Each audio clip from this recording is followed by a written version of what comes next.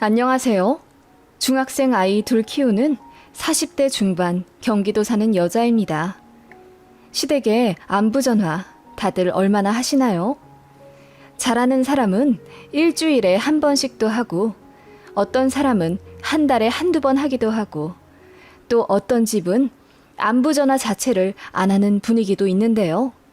저는 그놈의 안부전화 때문에 시댁과 기절초풍할 사건을 겪은 며느리랍니다. 그 일로 시댁이랑은 완전히 틀어졌어요. 아니, 정확히는 시어머니죠. 아버님이랑은 그래도 간간히 모시고 식사도 하고 그러지만 어머님한테는 좀처럼 마음이 열리지가 않아요. 지금은 시간이 많이 지난 일이긴 한데 제가 너무 한 건지 다른 분들 의견도 궁금해져서 지난 일을 한번 쭉 써보겠습니다. 남편에게는 형이 있어요. 아주버님이 어릴 때부터 공부를 잘해서 의대 가려고 했는데 막판에 진로를 바꿔서 공대로 진학했고 공부를 아주 오랫동안 많이 하신 뒤 교수가 되셨습니다. 형님도 교수님이에요. 음대 교수입니다. 저희 남편은 아버님보다 5살 어리고 공부는 그렇게 잘하지 않았지만 체육에 소질이 있어서 진로도 스포츠 쪽으로 정했어요. 당연히 교수인 형보다 연봉 차이가 엄청 많이 나지만 스스로의 일을 사랑하고 또 자부심이 있는 스포츠맨입니다. 저도 그냥 평범하게 연봉 받는 외국어 강사이고요. 시댁은 돈이 좀 있는 편입니다. 시외가가 부유하세요. 그래서 시어머니도 그 어려운 시절에 음대 나오신 보기 드문 케이스예요. 협주단 같은 데 들어가 활동하셨다던데 셋째 아이, 그러니까 제 남편의 동생을 유산하신 이유로 충격에 완전히 손을 놓으셨다고 하더라고요. 시아버님은 그닥 돈이 있는 집안이 아니라서 결혼하실 때도 시외가 지원받아 하셨다고 들었어요. 그래서 그런지 어머님 입김이 대단한 시댁 분위기입니다. 아버님은 거의 이견을 내지 못하시고 어머님 결정에 다 따르시는 순한 분이십니다. 저희 결혼할 때도 아버님은 제가 마음에 든다 하셨는데 어머님이 절 탐탁치 않아 하셔서 허락도 1년 넘게 기다려야 했습니다. 많이 힘들었지만 제가 남편을 너무 많이 사랑해서 꾹 참았네요.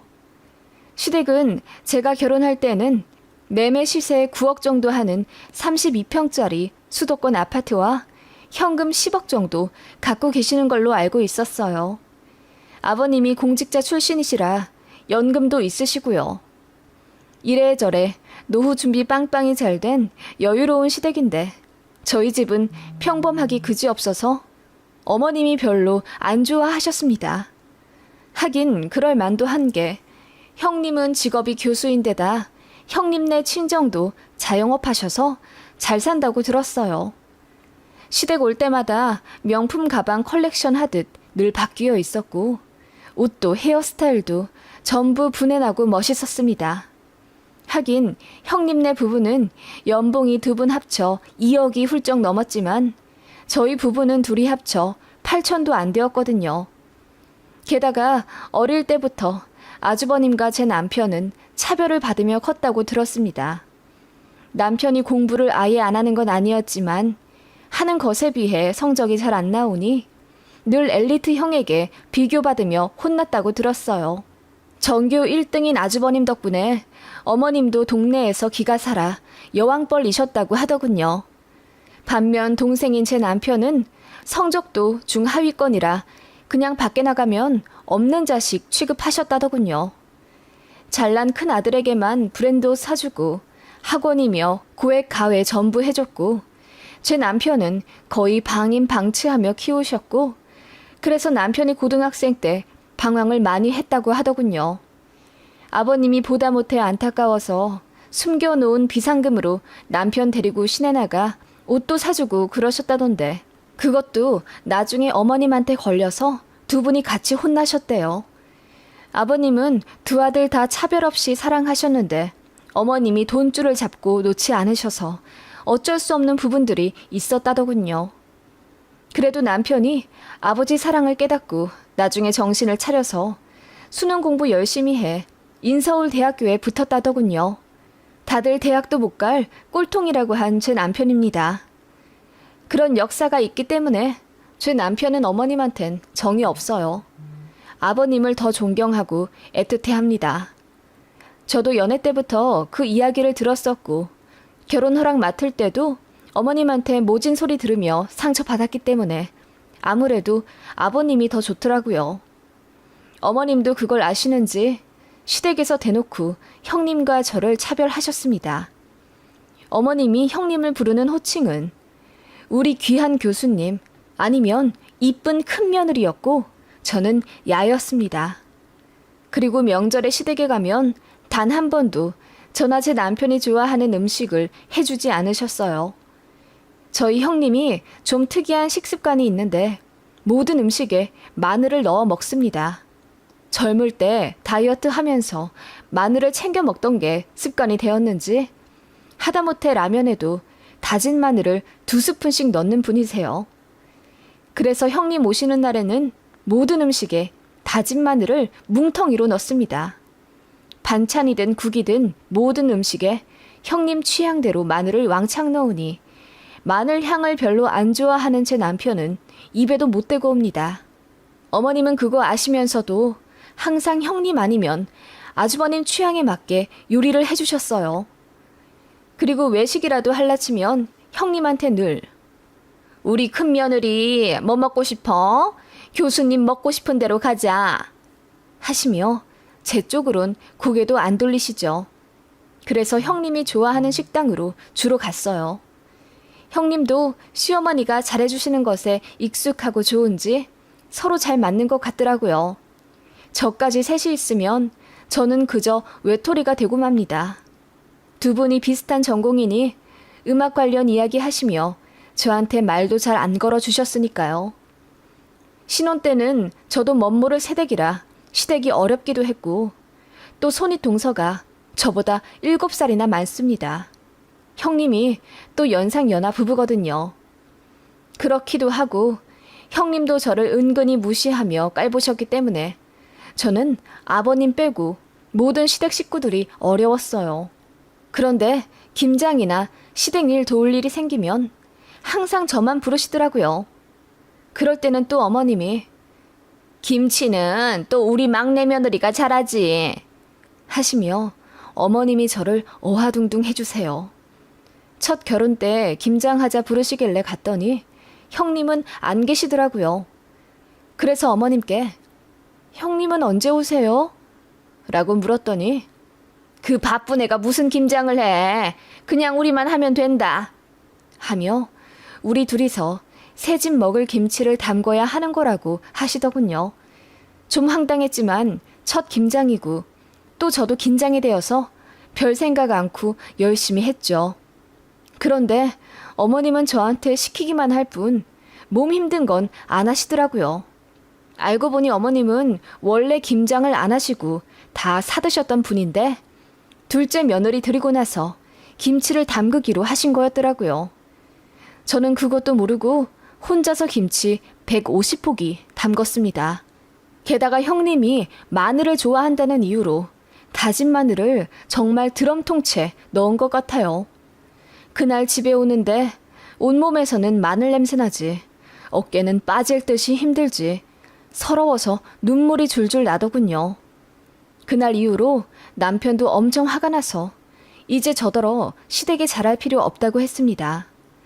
저는 그래도 어머님이 워낙 반대하셨던 결혼을 한 며느리라 잘하고 싶었던 마음이 컸던 것 같습니다. 그리고 제가 좀 더 잘하면 어머님이 남편도 더 봐주지 않으실까 싶어서 그래도 기본적인 도리 그 이상은 하고 싶었습니다.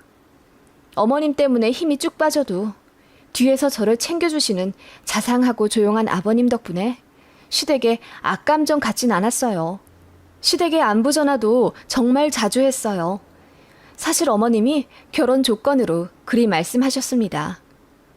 내가 보기에 너 우리 아들에 비해 잘난 것 없다.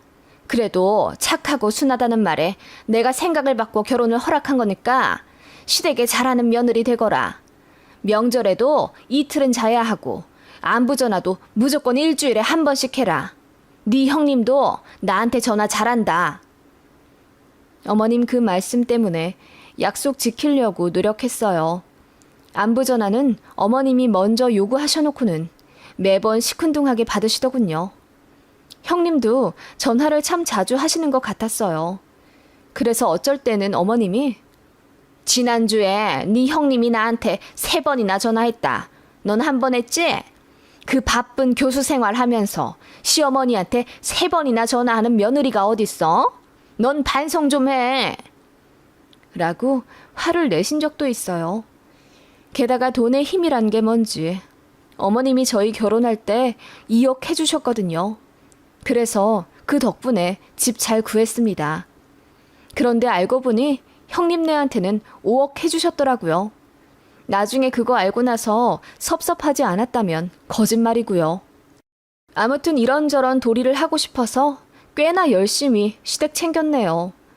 어머님도 울지 않는 캔디처럼 싹싹하고 살갑게 자라니까 점점 저에게 마음을 여신 것 같았어요. 물론 형님이랑 저를 여전히 차별하며 저는 일 시키고 형님은 소파에 앉아있게 하긴 하셨지만요.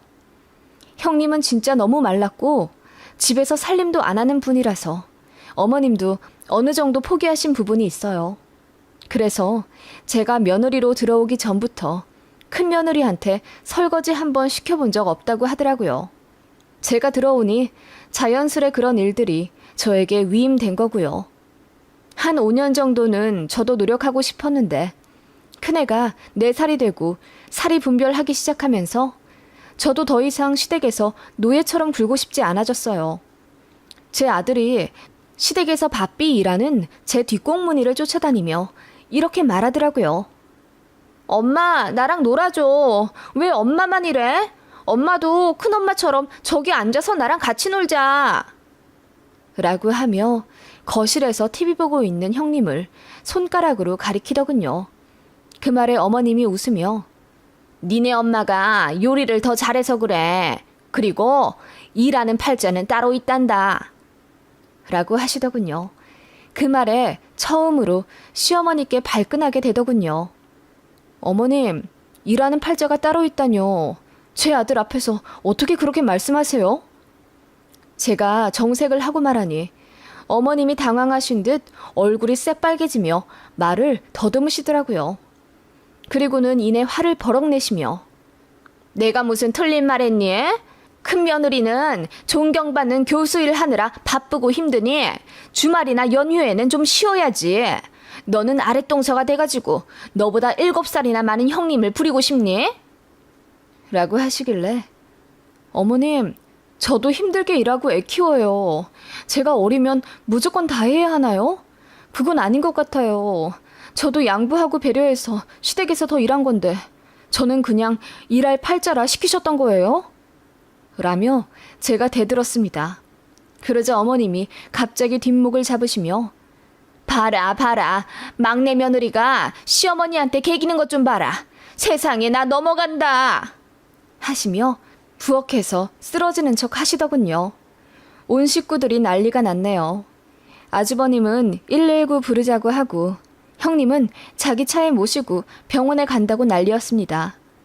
그렇게 응급실에 갔는데 당연히 별 이상 없죠. 혈압도 정상이고 모든 게 정상이었습니다. 하지만 저는 그날 이후로 어머님께 아주 되바라진 며느리년이 되었습니다. 어머님은 툭하면 저에게 전화해 시애미한테 대더니 속이 시원하디? 난 아직도 그날만 생각하면 우라가 치민다. 라며 저에게 화풀이를 하셨어요. 그리고 제 남편까지 거론하며 유유상종이라더니 똑같은 것들끼리 만나 결혼했구나. 그놈도 그렇게 공부 안 하고 망나니처럼 살더니 지형 얼굴에 먹칠이나 하면서 말이야. 너도 똑같아. 라며 저에게 폭언을 하셨습니다. 그래서 저도 너무 상처를 받아 한동안 시댁에 가지 않았죠. 남편도 어머님께 찾아가 너무하다고 화를 내며 연을 끊을 듯이 싸우고 왔다고 하더군요. 그러자 어머님께서 신혼집에 대준 2억을 당장 내놓으라 하셨습니다. 저희는 돈이 없었어요.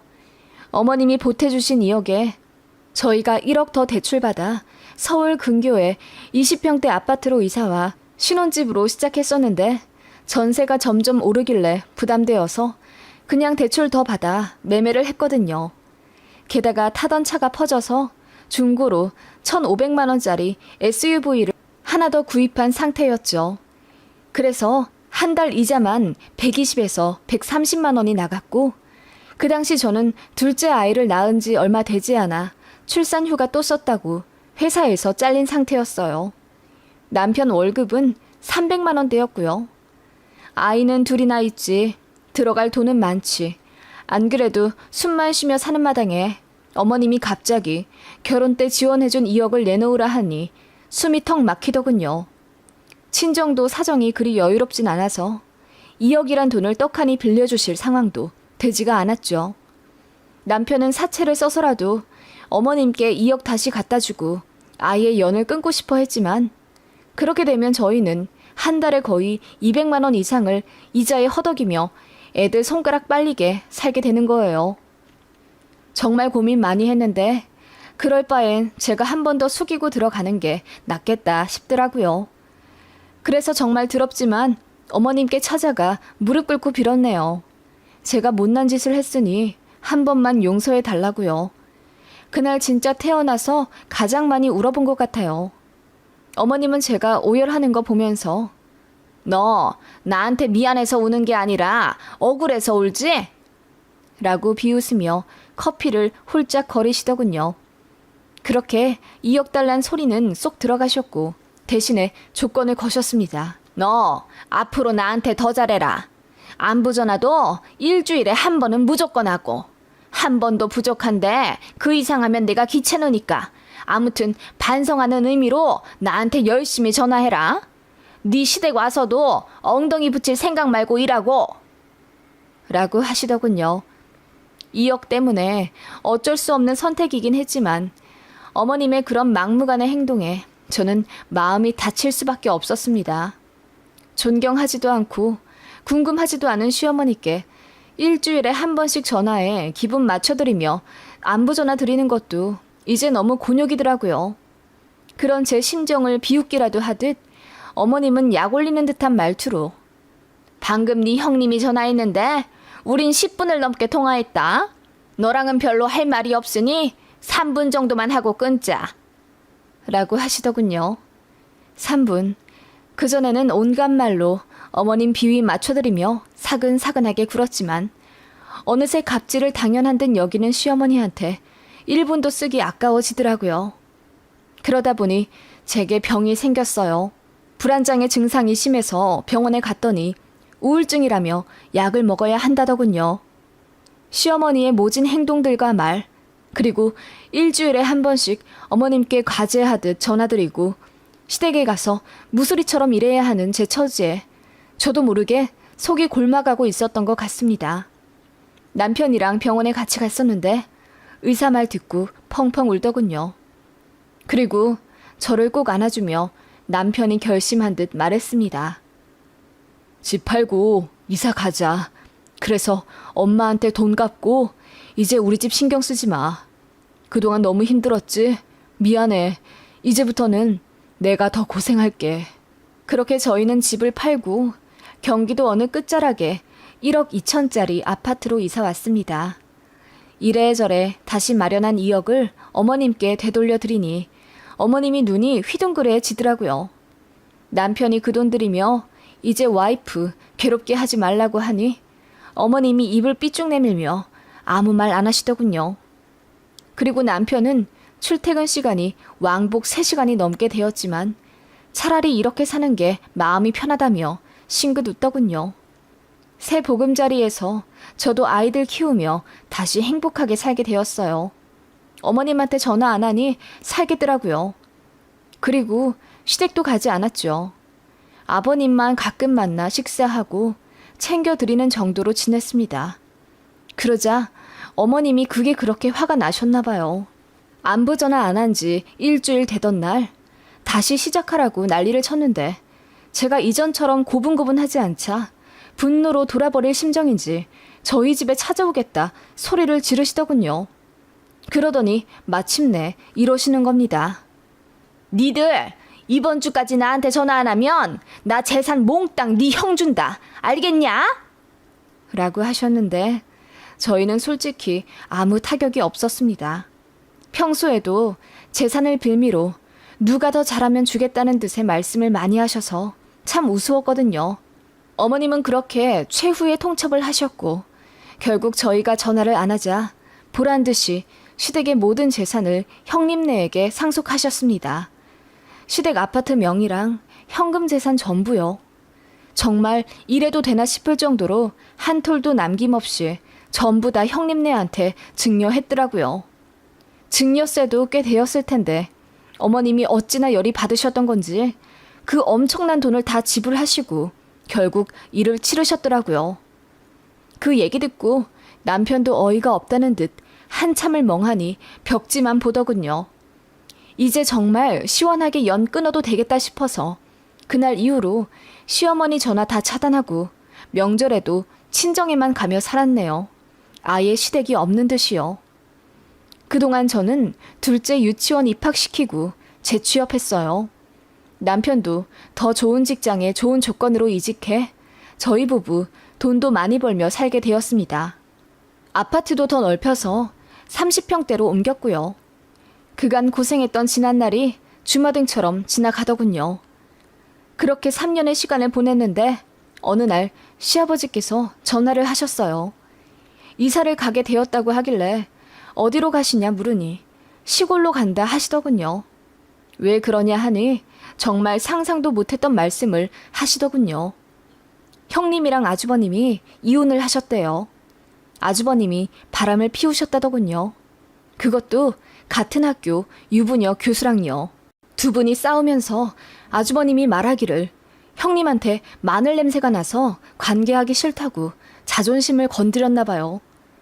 그래서 화가 난 형님이 학교에 소문 낸다고 했다가 아주버님이 싹싹 비니 재산이라도 몽땅 내놓으라고 해서 같이 살고 있던 집은 물론이고 부부 명의로 되어 있던 시댁 아파트까지도 다 형님 명의로 돌렸다네요.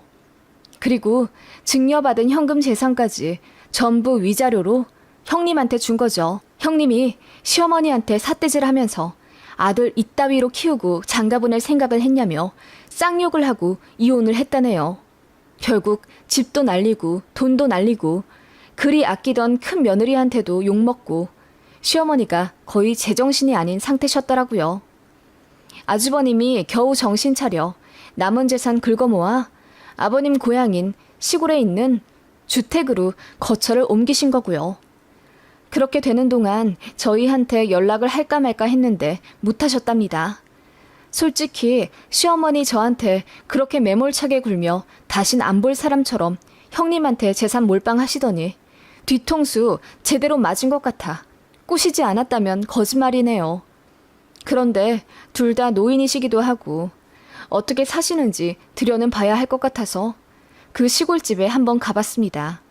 다행히 쓰러져가는 그런 초가집 같은 건 아니고 그래도 잘 정리된 주택이었어요. 어머님은 그간 맘고생을 격하게 하셨는지 얼굴이 완전 상해 계시더라고요. 애들은 뭣도 모르고 뒷산에서 뛰어놀고 저희 부부만 조용히 어머님 앞에 앉았습니다. 어머님이 저희 보시자마자 펑펑 우시더군요. 그놈들이 그렇게 내 뒤통수를 칠 줄이야. 내 집, 내 돈 다 날리고 이제 나는 아무것도 없구나. 아니다. 너희라도 있으니 다행이구나. 참 다행이야. 하시더군요. 그래서 제가 말했죠. 어머님, 그리 아끼던 큰아들 큰며느리한테 된통 뒤통수 맞으니 마음이 많이 속상하시죠? 그런데 저희도 형님네 그늘에 가려 무지막지하게 차별당하고 사는 동안 속이 많이 상해서 회복이 안 돼요. 저희랑 잘 지낼 생각하지 마세요. 이 사람은 아무리 그래도 피를 나눈 사이니 몰라도 일단 저는 아니에요. 어머님한테 상처 너무 많이 받아서 정신병까지 걸릴 정도였거든요. 그래서 앞으로도 저만 생각하며 살 거예요. 사실 여기 온 것도 아버님 뵈러 온 거지 어머님 걱정은 안 되더라고요. 이해하시죠? 저한테 연민 바라지 마세요. 라고 했더니 어머님이 망연자실한 표정을 지으시더군요. 그렇게 저희는 마트에서 장봐온 고깃거리 같은 거 내놓고 무표정한 얼굴로 다시 일어났어요. 어머님은 고개만 푹 숙인 채 계시더군요. 사실 시댁은 아버님 연금이 있기 때문에 사는 데는 지장 없으세요. 다만 이제 어머님은 자식 못 보고 사시는 거죠. 그게 벌써 10년 정도 전이니 시간이 그새 많이 흘렀네요. 아버님만 간간히 챙겨드리며 그렇게 살고 있습니다. 어머님은 저랑 통화하고 싶다며 바뀐 전화번호 알려달라 하시는데 절대 알려드리지 않았어요. 남편도 자기 엄마랑은 통화 절대 안 하고요. 큰아들인 아주버님도 면목이 없다며 본가에 찾아오지 않는다더군요. 그렇게 어머님 하며 따랐던 큰며느리도 재산을 다 가져간 후에 코빼기도 안 보이고요. 70이 훌쩍 넘은 어머님은 아는 사람 하나 없는 타지에서 그렇게 외로이 늙어가고 계십니다. 아버님한테 듣기로는 정신과 약도 다 드신다고 들었어요. 저도 어머님한테 잘해드리고 싶은 생각이 전혀 안 드네요. 그러고 보니 마음이란 게 한 번 돌아서면 끝인 것 같아요. 어머님은 사람 우습게 보고 기만해온 지난 날을 반성하고 사시겠죠? 아니면 아직도 속으로 절 욕하실까요? 문득 궁금해지네요.